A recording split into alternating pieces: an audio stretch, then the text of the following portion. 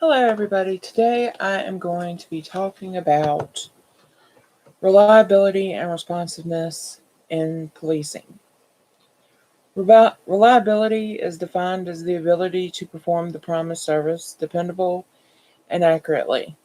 Customers expect the service will be performed in the same manner every time without any errors. For example, customers expect their bank and credit card statements to be accurate and delivered around the same date of the month. When there are errors or delays in these statements, it adversely impacts the customer's perception of the service delivery. Similarly, when there is a burglary in a house, the victim expects the police officers to make an accurate report if there is a delayed response to the victim's call for assistance, or it appears that the officer is not taking the situation seriously and is not asking the right types of questions. It may be perceived by the victim that the service is unreliable. The victim may be left with some doubt that anything will happen with the burglary investigation. Responsiveness is defined as the willingness to help customers and provide prompt service. For example, when customers call for a clarification on a credit card billing statement, they expect to be attended by a service representative in a reasonable amount of time who will answer all their questions. Similarly, when a distress call is placed to 911, callers expect an immediate response from the emergency operator. Getting a busy signal or no response to the call goes against what is perceived to be the level of service. In addition, once an officer is dispatched to the crime scene, it is perceived by the victim that the officer should be there in a reasonable amount of time. Any delay in this service could allow for additional harm to the victim or for the offender to escape detection and apprehension. Now, with this in mind, normally we as police officers need to be sure we can be reliable and responsive when our customers call dispatch.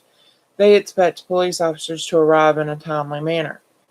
When we fail to meet customers' expectations, there becomes mistrust between the customers and the police.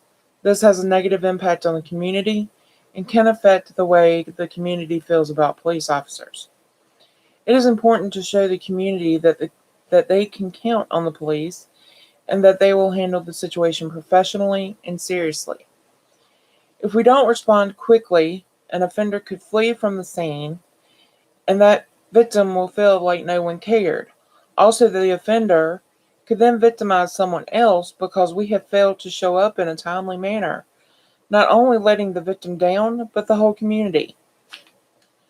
When officers fail the public, the system has failed, and the community feels that only they can rely on each other because there has been a breakdown between the system and the police. The community then relies on each other and quits relying on the police. This, in essence, is a problem. We, as a community, need our policing officers to be there for us and to protect us in times of uncertainty. The police need to rely because if matters are handled without the police, crimes you go confront that person cause a bigger problem than if that person was just contacted by the police and asked to lower their music. Communities depend on policing for survival, and communities trusting police helps keep crime lower. We all need to take part in trusting the police officers and for the community to realize that the police are actually there to help us, not to harm us. The police need communities, and we as communities also need the police. It's time that we take this seriously and be more involved and to make sure that we are responding in a timely and accurate manner. Thank you so much for watching my presentation. Have a good day.